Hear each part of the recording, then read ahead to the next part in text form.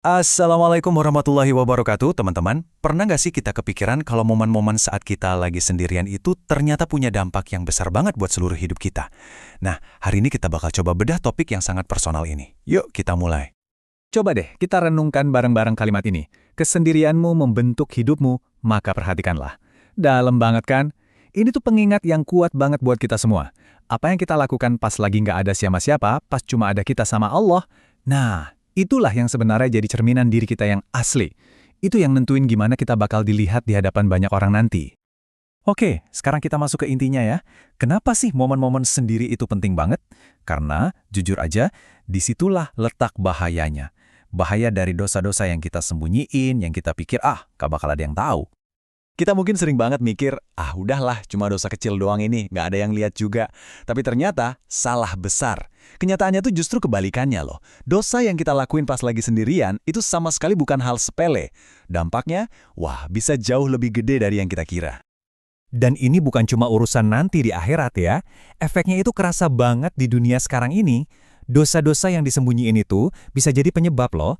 Pernikahan jadi ketunda, rezeki rasanya kok seret banget, berkah hidup kayak dicabut gitu aja, dan yang paling ngeri, bisa-bisa malah ngundang murka Allah tanpa kita sadar sama sekali. Nah, ini nih pertanyaan buat kita renungin dalam-dalam, buat kita muhasabah diri. Pas pintu kamar udah ketutup, pas layar HP nyala di gelap-gelapan, pas bener-bener nggak ada orang lain, apa yang kita lakuin itu sesuatu yang bikin Allah cinta sama kita, atau malah sebaliknya, bikin dia murka? Oke, kita udah lihat bahayanya. Sekarang, yuk kita lihat sisi lainnya. Gimana sih rahasia-rahasia kita di dalam itu nyambung banget sama kehidupan kita di luar? Ada prinsip yang keren banget di sini. Nah, ini dia kuncinya. Titik baliknya tuh di sini. Dengerin deh, ini adalah janji yang luar biasa.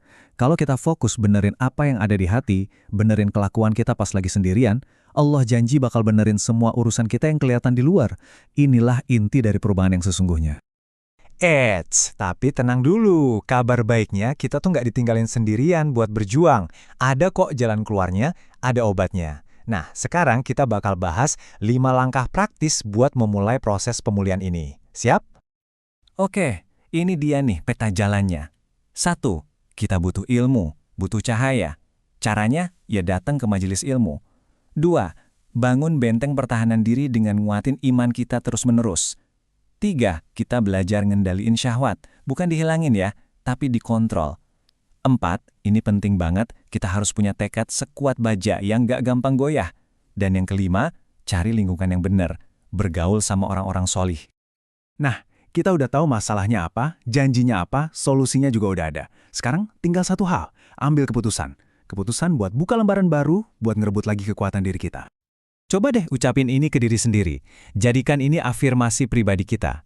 Aku tidak akan kalahkan diriku lagi mulai hari ini. Ini bukan cuma kalimat biasa, tapi sebuah tekad yang kita tanam dalam-dalam di hati. Mulai detik ini, cukup. Aku nggak mau lagi kalah sama diriku sendiri. Tujuannya apa sih? Jelas banget. Supaya kita bisa bebas. Supaya kita bisa dapetin lagi apa yang mungkin udah lama hilang. Ketenangan hati, kekuatan karakter, dan yang paling kita cari, keberkahan di setiap langkah kita. Sebagai penutup, saya mau ninggalin satu pertanyaan buat kita semua. Coba pikirin baik-baik ya. Setiap detik kita sendirian, itu sebenarnya kita lagi membangun sesuatu.